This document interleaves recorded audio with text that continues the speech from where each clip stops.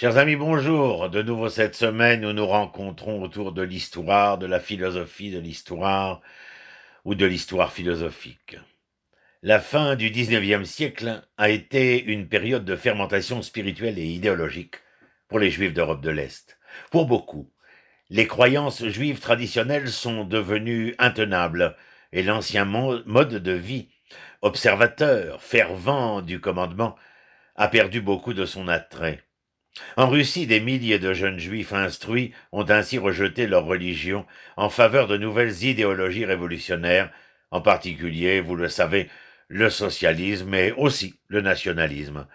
Ces juifs étaient attirés par la promesse de nouvelles vérités et par le rêve d'un monde différent. Pourtant, les nouvelles idéologies étaient sans compromis laïques et se sont révélées incapables de combler le trou, le vide spirituel qui, pour beaucoup, avait été ouvert avec l'abandon du judaïsme traditionnel.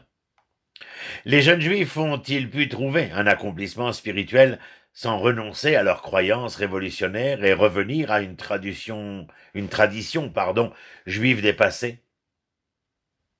Voici un homme plus qu'intéressant à connaître, Aaron David Gordon.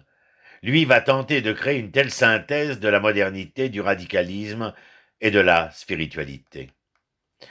Gordon est né en Podolie, qui faisait alors partie de l'Empire russe, en 1856. Il travaillait pour de riches parents en tant que gestionnaire d'un grand domaine et soutenait le mouvement sioniste naissant. En 1904, il va perdre son emploi et conséquemment décider d'immigrer en terre d'Israël. Il fit partie de cette fameuse deuxième alia, vague d'immigrants juifs qui atteignirent la Palestine dans les années précédant la Première Guerre mondiale. Mais lui, Gordon, était loin de ressembler au profil de cette jeunesse turbulente. Contrairement aux jeunes pionniers laïcs, Gordon était d'âge moyen, physiquement faible, habitué au travail en col blanc et religieux. D'ailleurs, progressivement, il cessera d'observer les commandements après son arrivée en Palestine. Néanmoins, il s'est lancé dans le monde et dans le mode de vie pionnier du travail manuel, dur labeur, dans les établissements agricoles, d'abord à Petah Tikva, et finalement dans l'un des premiers établissements communaux, ce que l'on va appeler Kvutzat Gania, l'un des premiers kibbutz en Israël. Travaillant de jour et écrivant de nuit, Gordon est devenu une sorte de gourou pour tous ses jeunes homologues, articulant et incarnant les principes d'une nouvelle religion du travail. Gordon était différent du courant dominant de la deuxième alia sur un autre point important. Il n'était pas vraiment socialiste, bien qu'il insiste sur les valeurs du travail, de la solidarité et de l'égalité sociale. Il était résolument opposé à l'idée du marxisme selon laquelle la lutte des classes était la force motrice de l'histoire. Au contraire, les valeurs apparemment socialistes dans le système de croyance de Gordon découlaient de sa vision nationaliste sans compromis. Dans son ouvrage Nationalisme et socialisme, il écrit « Bâtir une nation, ce n'est pas comme construire une société. Les pierres de fondation ne sont pas posées seulement pour un meilleur système de vie économique, ni seulement pour la justice sociale souhaitée dans cette vie. Nous jetons ici les bases d'une nouvelle vie collective et aussi d'une nouvelle spiritualité nationale. Tout cela exige une unification intérieure profonde de tous les éléments de la nation, ou même leur conflit intérieur, le conflit des idées, des espoirs, doit être intérieur, sans ingérence d'une force étrangère ou d'une influence étrangère. » Fin de citation. La pensée de Gordon comportait également des éléments universels. Il croyait en l'unité organique du cosmos, de la nature et de toutes les personnes. Mais les êtres humains ont, dit-il, dégradé et profané la nature de l'univers, en considérant la nature comme une marchandise à exploiter. Selon Gordon, l'exploitation capitaliste corrompt également les relations sociales, engendrant l'indifférence face aux souffrances et aux privations humaines. La solution ? La régénération de la nature universelle doit donc être obtenue par la régénération de la nature humaine individuelle. Mais la réorientation requise des êtres humains doit elle-même être réalisée par l'immersion des êtres humains dans la nature. Dans un autre essai, intitulé « Nation humaine », Gordon écrit « L'homme, dans ses limites étroites de la vie, est comme le ver creusant dans une herbe amère, ignorant d'un monde meilleur et plus grand au-delà de son petit domaine restreint. Un être humain doit élargir ses horizons pour inclure la vie plus vaste, le monde infini qui l'entoure, le monde avec lequel il doit entretenir des relations. » Fin de citation. Comment réaliser cette immersion? La réponse se rapporte à la contradiction apparente entre l'universel et le particulier dans la pensée de Gordon. Car l'immersion des Juifs dans la nature et leur reconnexion à l'unité du cosmos devait se faire par le travail manuel, pas n'importe où, en terre d'Israël. À côté de ses activités productives en Palestine ottomane, Gordon, Adé Gordon, le nom sous lequel il était en général connu, a une œuvre de production politique importante. Il estime que toutes les souffrances des Juifs peuvent être imputées à leur état parasitaire dans la diaspora, où les interdits professionnels ne leur ont pas permis de participer au travail créatif. Pour remédier à cette situation, il promeut une véritable religion du travail physique et de l'agriculture, non seulement comme moyen de libération nationale, mais aussi comme moyen d'élévation spirituelle. Il estime en effet que le travail de la terre est une tâche sacrée, non seulement pour l'individu, mais aussi pour l'ensemble du peuple juif. L'agriculture unit le peuple à sa terre et permet ainsi de justifier son existence. Pour lui, la terre d'Israël est acquise par le travail, pas par le feu et pas par le sang. Le retour à la terre doit transformer le peuple d'Israël et permettre sa régénération. Voici ce qu'il dit. Le peuple juif a été complètement coupé de la nature et emprisonné dans les murs de la ville pendant 2000 ans. Nous avons été habitués à toutes les formes de vie, excepté une vie de travail, un travail fait en notre nom et dans son propre intérêt. Il faudra le plus grand effort de la volonté à un tel peuple pour redevenir normal. Il nous manque le principal ingrédient de la vie nationale. Il nous manque l'habitude du travail. Un peu plus loin, nous devons créer un nouveau peuple, un peuple humain dont l'attitude envers les autres peuples est remplie du sens de la fraternité humaine. Fin de citation. Par principe, Gordon refuse longtemps de participer à l'un des partis politiques sionistes qui se créent à l'époque, même s'il reste sioniste, et participe à ce titre au congrès sioniste de 1911. Cependant, malgré cet éloignement volontaire de la politique partisane, l'influence de ses écrits est forte et attire des partisans. Gordon fonde finalement un parti, le Jeune Ouvrier.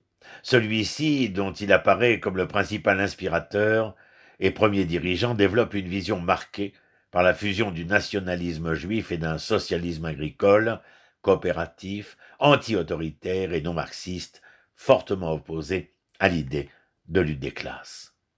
La conquête du travail était un élément central de la plateforme de toutes les variétés du sionisme socialiste. En tant que moyen de créer une société juive égalitaire et économiquement autosuffisante. Mais au lieu du socialisme, Gordon a été influencé par l'attitude romantique, je dirais, envers la terre associée à Tolstoï d'une part et au mouvement narodnik russe, un mouvement révolutionnaire. En tant que tel, son objectif n'était pas principalement économique mais spirituel. Eh oui, Gordon croyait que l'existence de la diaspora avait paralysé le peuple juif, le coupant de sa source essentielle de subsistance et le forçant à survivre à travers les ressources taries de l'histoire et de la religion. La renaissance de ce peuple a exigé le rétablissement du lien entre les Juifs et leur terre. Utilisant des métaphores biologiques vives, Gordon écrit dans Nos tâches à venir « Nous venons dans notre patrie pour être plantés dans notre sol naturel dont nous avons été déracinés, pour creuser nos racines profondément dans ces substances vivifiantes et pour étirer nos branches dans le maintien et la création de l'air et de la lumière, du soleil et de la patrie. Ici, en Palestine, est la force qui attire toutes les cellules dispersées du peuple pour s'unir en un seul organisme national vivant. » Fin de citation. En tant que penseur religieux presque mystique, Gordon était une sorte d'anomalie dans le mouvement travailliste sioniste, résolument laïque, dès le début du XXe siècle. Pourtant, la religion du travail prônée dans ses écrits a inspiré des générations de pionniers sionistes et a été le moteur de la colonisation de la terre, de la création d'une économie juive et de l'ultime établissement de l'État d'Israël. Un siècle plus tard, la vision du monde de Gordon semble de plus en plus incompatible avec les valeurs de la société israélienne moderne. Loin de valoriser la main-d'œuvre, de nombreux Israéliens ne veulent pas entreprendre de travaux physiques dans l'agriculture et dans bien d'autres domaines. Ceux qui sont contraints d'accepter ces emplois peu rémunérés ne sont pas une élite idéologique, mais représentent le bas de la pile sociale. À une époque où les Juifs israéliens aspirent à travailler dans les hautes technologies et les professions libres, reflétant un retour au modèle professionnel diasporique, les idées d'Adé Gordon ont-elles quelque chose à nous apprendre? Le public le plus évident de Gordon serait peut-être le mouvement des colons contemporains, comme on aime à les appeler, dont le but dévorant est de s'enraciner en terre d'Israël en créant des colonies juives en Judée-Samarie. Cependant, bien qu'il soit d'accord avec Gordon sur l'importance de coloniser la terre, une minorité de colons d'aujourd'hui partagent ou peuvent partager son estimation de l'importance suprême du travail manuel. Les idées de Gordon sont peut-être pertinentes pour la création de nouvelles colonies agricoles en Galilée et au Negev, mais ce ne sont que des entreprises marginales en Israël aujourd'hui. Une deuxième ouverture pour les valeurs de Gordon est le domaine de l'environnementalisme. Pour lui, l'objectif du retour au travail et du sionisme lui-même serait la réparation de la nature humaine et finalement de la nature universelle. L'idée que l'industrie devrait servir plutôt que nuire à la nature oblige à freiner les excès consuméristes et à façonner l'économie conformément aux principes du développement durable et de la protection de l'environnement. En ce sens, le message de Gordon prend une signification mondiale plutôt que purement juivo-israélienne. Enfin, Israël moderne souffre d'un large fossé entre riches et pauvres. L'érosion des droits des travailleurs et l'emploi de travailleurs migrants à des salaires si bas que les Israéliens ne peuvent pas se permettre de prendre les emplois. La croyance de Gordon dans la dignité du travail, combinée à sa passion pour la justice sociale, fournissent une critique incisive de cet état de fait. Pourtant, la pertinence de Gordon est que son engagement en faveur de l'égalité ne provenait pas d'une idéologie doctrinaire et peut-être dépassée, mais d'une foi fondamentale dans la solidarité nationale et humaine.